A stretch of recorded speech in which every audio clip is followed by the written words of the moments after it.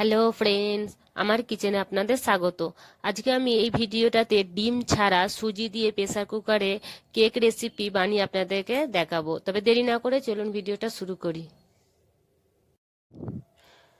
এখানে আমি 1 কাপ সুজি নিয়েছি।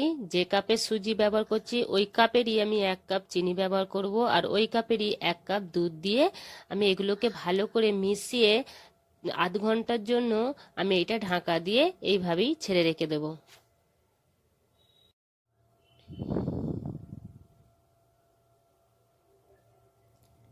এদিকে একটা প্রেসার কুকার নিয়ে আমি এতে একটা স্ট্যান্ড দিয়ে দিলাম, আর এই প্রেসার কুকারটাকে আমি 20 মিনিটের আগে আমি একদম লো ফ্লেমে রেখে দেবো। আর দেখুন প্রেসার কুকারের ওপরের অংশটা আমি খুলে নিয়েছি, এইভাবে ওপরের অংশটা খুলে নিতে হবে। এখানে সুজিগুলো আধ ঘন্টা মতো ভিজতে দিয়েছিলাম, এগুলো ভালোভাবে ভিজে গেছে। এবার একটা মিক্সির জারেতে আমি এগুলোকে ঢেলে নেব। এখানে আমি যে কাপে চিনি সুজি নিয়েছিলাম সে কাপ থেকে একটু ছোট, সেই কাপে আমি 1 কাপ গুঁড়ো দুধ নিয়ে নিলাম। 1 কাপ কাস্টার্ড পাউডার দিয়ে দেব। 1 কাপ মতো আমি এতে বাটার ব্যবহার করছি, আর একটা ইনো আর 1 চামচ মতো বেকিং পাউডার দিয়ে এটাকে একটা আমি মিক্সচার মেশিনে ভালো করে পেস্ট মতো বানিয়ে নেব। এটা এখানে একদম গাঢ় পেস্ট বেনে গেছে।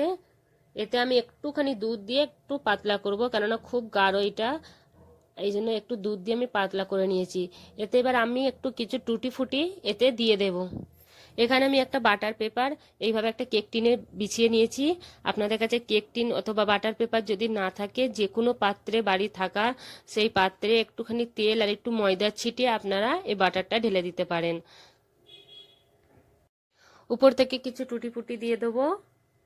কেক টিনটাকে আমি প্রেসার কুকারের ভেতর দিয়ে দিয়েছি। এবার আমি প্রেসার কুকারের ঢাকনা ঢেকে দিয়ে 40 মিনিটের জন্য আমি একদম স্লো আঁচে এটাকে আমি রেখে দেব। এ দেখুন আমি মাথাটা এইভাবে ওপরের যে অংশটা হয় ওইটাকে আমি খুলে নিয়েছি। 40 মিনিট পরে দেখুন কেক আমাদের একদম রেডি। কেকটাকে একদম ঠান্ডা করে নিতে হবে, আর কোনো চাকুর সাহায্যে এবার চারিদিকটা আগে ছাড়িয়ে নিয়ে এবার কোনো একটা পাত্রেতে উপুর করে নিলেই আপনার কেকটা একদম আরামসে বেরিয়ে চলে আসবে। এই দেখুন এখানে আমি কেক একদম বার করে নিয়েছি, আর দেখুন কত সুন্দর লাগছে দেখতে। কেকটা এত সফট হয়েছে, দেখুন কত সুন্দর লাগছে দেখতে। যদি আপনাদের ভিডিওটা ভালো লেগে থাকে তাহলে লাইক, কমেন্ট, শেয়ার আর সাবস্ক্রাইব করতে মোটেও ভুলবেন না।